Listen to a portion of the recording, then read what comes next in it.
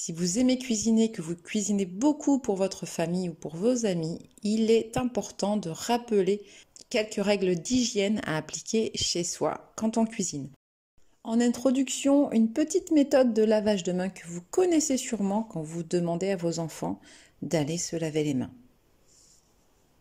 Dans cette vidéo, je vais donc vous parler du lavage des mains ainsi que de l'hygiène personnelle. Bonjour à tous, c'est Sarah de Business Passion Cuisine. J'accompagne de nombreux passionnés de cuisine dans le lancement et le développement de leur activité autour de leur passion. Qu'il s'agisse de la vente de pâtisseries, de plats cuisinés faits maison ou encore de produits alimentaires, je les aide à lancer leur activité pour vivre enfin de leur passion. Alors dans cette vidéo, je vais vous parler du lavage des mains. Pourquoi le lavage des mains est si important? Eh bien, il s'agit d'un geste d'hygiène essentiel de la vie de tous les jours que parfois il est utile justement de rappeler. Les mains sont constamment en contact avec des éléments extérieurs où l'on trouve un certain nombre de micro-organismes ou de salissures et nos mains peuvent contribuer à véhiculer ces micro-organismes. Une hygiène régulière et soigneuse des mains permet donc de réduire les risques de transmission ou de contamination. Ça peut être par exemple le cas d'intoxication alimentaire ou tout simplement des désagréments intestinaux. Et donc il suffit de quelques précautions pour améliorer l'hygiène et éviter ainsi des troubles digestifs. Alors à quel moment et surtout comment on doit se laver les mains?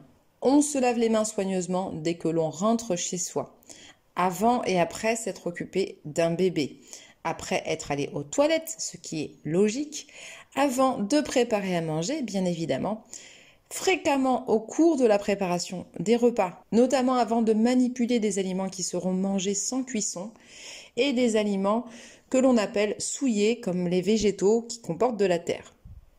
Après s'être mouché, après avoir éternué, après avoir toussé ou manipuler quelque chose de contaminant. Ça peut être par exemple des poignées de porte, une poubelle, des déchets ou encore son téléphone qui est chargé de bactéries. Il faut également se laver soigneusement les mains avant de passer à table, après avoir pratiqué des activités salissantes comme le ménage, un déménagement, du bricolage, du jardinage, tout ce qui peut apporter de la poussière, après avoir joué avec des animaux ou tout simplement les avoir touchés, et enfin après avoir sorti ou manipulé une poubelle. Alors voici la méthode recommandée pour un lavage soigneux des mains. Tout d'abord, il est conseillé d'utiliser un savon doux pour usage fréquent car vous allez vous laver les mains fréquemment. Et enfin, l'eau utilisée pour le lavage doit être évidemment potable. La première étape, c'est donc de se mouiller les mains à l'eau. Ensuite, on dépose une dose de savon au creux de la main.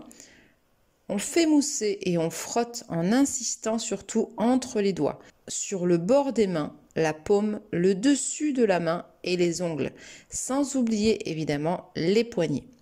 Et ça pendant au moins 20 secondes. On rince ensuite abondamment à l'eau et on se sèche les mains avec un essuie-mains en tissu, propre bien évidemment, ou un papier à usage unique. Si vous avez les ongles longs ou un petit peu sales, vous effectuez un double lavage. Lors du premier lavage, utilisez une brosse souple, propre et savonnée pour brosser les ongles soigneusement jusqu'à élimination des salissures. Lavez une seconde fois les mains au savon doux mais sans utiliser la brosse à ongles. Pour le séchage des mains, il est possible d'utiliser un torchon à condition que celui-ci soit exclusivement dédié au lavage des mains. Il sera changé autant de fois que nécessaire et au minimum tous les 2 jours.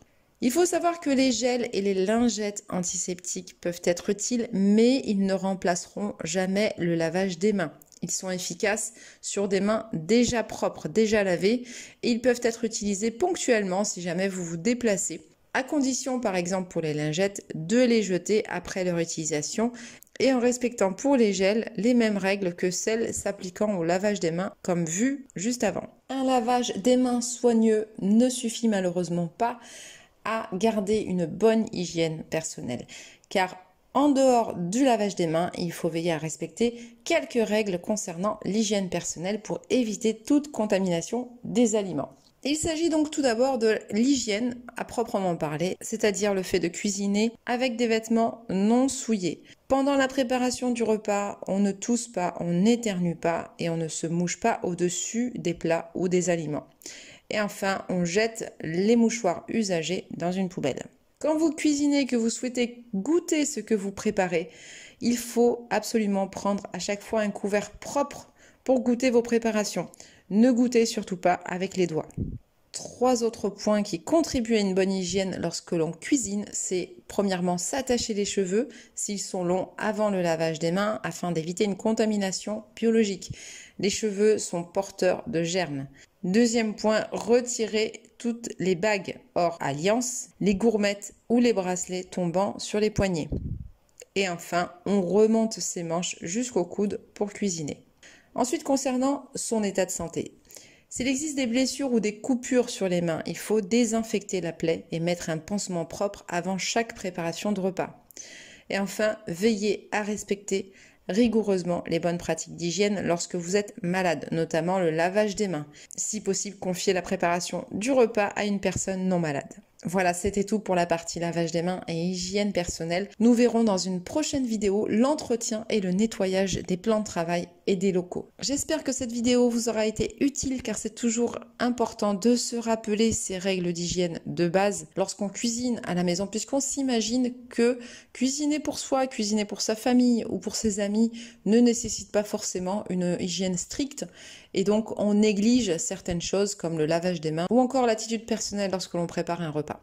Je vous dis à très vite pour une nouvelle vidéo et n'oubliez pas, l'argent ne fait pas le bonheur, mais le bonheur c'est de vivre de sa passion pour la cuisine.